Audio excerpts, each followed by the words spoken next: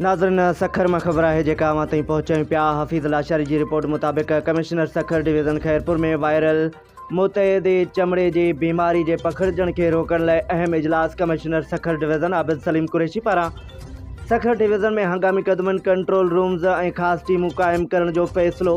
Commissioner Sukkur division Abid Salim Qureshi की सदारत हेठ अहम इजलास में ज़िले खैरपुर में मुतयदे चमड़े की बीमारी मुमकिन तौर पर लेजन के पखड़न ते गणती ज़ाहिर कंदे हंगामी कदमन जो फ़ैसिलो कयो वियो।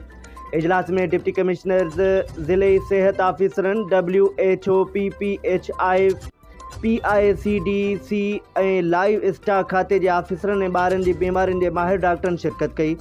हुकाम मूजिब बीमारी सबब नवन ॼावल ॿारनि ऐं माइरुनि के मुतासिर थियण ऐं कुछ मौतुनि के इतलाहनि खां पोइ सूरत हाल के संजीदगी सां वठंदे फौरी कार्रवाई शुरू कई वई आहे। कमिश्नर सखर सभी लागापियल खातन के सरबराहन के हिदायत कई है त सूरत हाल के हंगामी बुनियादन ते संजीदगी सां वठंदे फौरी गडियल ऐं असराइता कदम यकीनी बनाया वञनि ऐं उन सिलसिले में कंहिं भी किस्म की गफ़लत या देर बर्दाश्त न कई वेंदी।